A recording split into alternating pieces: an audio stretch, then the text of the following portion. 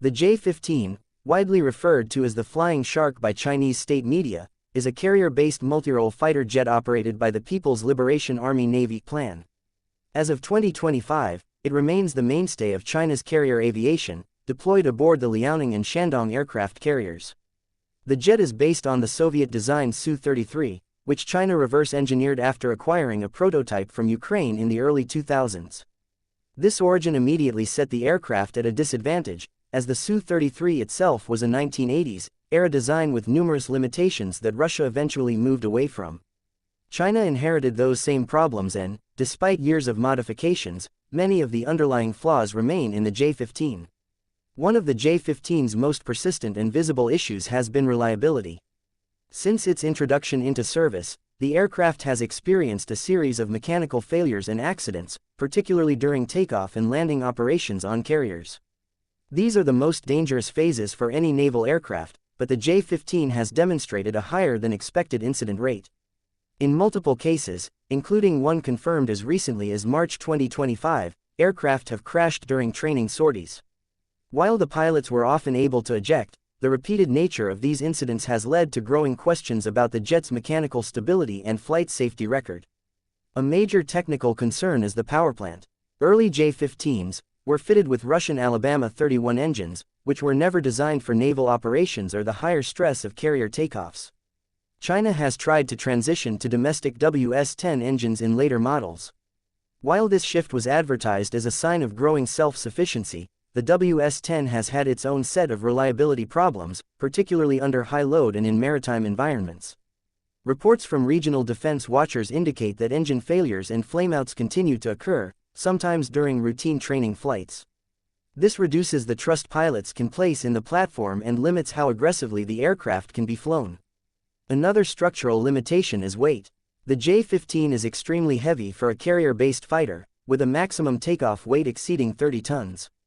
This becomes a serious problem when operating from ski-jump carriers like the Liaoning and Shandong, which lack catapults. Without catapult assistance, J-15s cannot take off with a full weapons load and full fuel at the same time. This severely constrains combat effectiveness, especially in long-range maritime operations. The jet is effectively limited to either short-range missions with weapons or long-range flights with reduced armament. This kind of trade-off greatly reduces its tactical flexibility in any high-intensity conflict scenario. Efforts have been made to develop newer, catapult-capable variants of the J-15 for China's third aircraft carrier, the Fujian.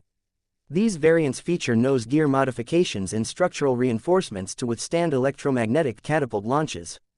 However, these models are still in early stages of deployment and face the same engine and weight problems. The airframe, fundamentally based on 1980s technology, is showing its age. Chinese engineers have made attempts to modernize onboard systems, such as radar, electronic warfare suites, and targeting pods, but integration has been slow and limited by the airframe's original architecture. On the training side, there is significant effort within China to expand carrier pilot programs. However, the system remains highly centralized and politically controlled, which restricts flexibility and pilot initiative. Carrier operations require a high level of individual judgment, quick decision-making, and adaptability, traits that are difficult to cultivate in rigid training environments. Feedback from defectors and internal sources suggests that pilots are often drilled heavily in scripted scenarios but are less prepared for the unpredictability of real-world combat conditions. Operationally, the J-15 has been involved in increasingly aggressive maneuvers over the East and South China Seas, including close intercepts of foreign surveillance and patrol aircraft. These intercepts have been described as reckless and hazardous by regional observers, with dangerously close passes recorded at times. While these actions serve a political and psychological purpose, they also expose weaknesses in platform endurance and agility. The J-15 is not well suited for prolonged patrols or dogfights, especially when operating from sea. Heavy airframe stress, high fuel consumption, and limited munitions capacity reduce its value as a sustained presence aircraft. The broader strategic picture shows the J-15 being used more as a stepping stone rather than a long-term solution. Its continued use stems not from exceptional capability, but from the lack of a viable alternative that is carrier-ready in large numbers. Despite years of domestic development, the J-15 is still dependent on an outdated design philosophy. Attempts to create an indigenous carrier fighter from the ground up have not yet resulted in a platform that's ready for full deployment. Thus, the J-15 remains in service by necessity rather than by performance. From a maintenance standpoint, the aircraft is costly and labor-intensive. Carrier-based operations already place high stress on equipment, but the J-15 requires frequent inspection and part replacement, in part due to poor corrosion resistance and high structural strain. Ground crews reportedly face shortages of spare parts and must rely on cannibalization of airframes to keep operational units flying. This further reduces sortie rates and undermines fleet readiness, especially if a crisis were to demand sustained deployments. The J-15 represents an attempt to project power without fully having the tools to sustain that power projection. Its combat credibility is limited, its reliability record is mixed at best, and its training and maintenance ecosystem is under strain.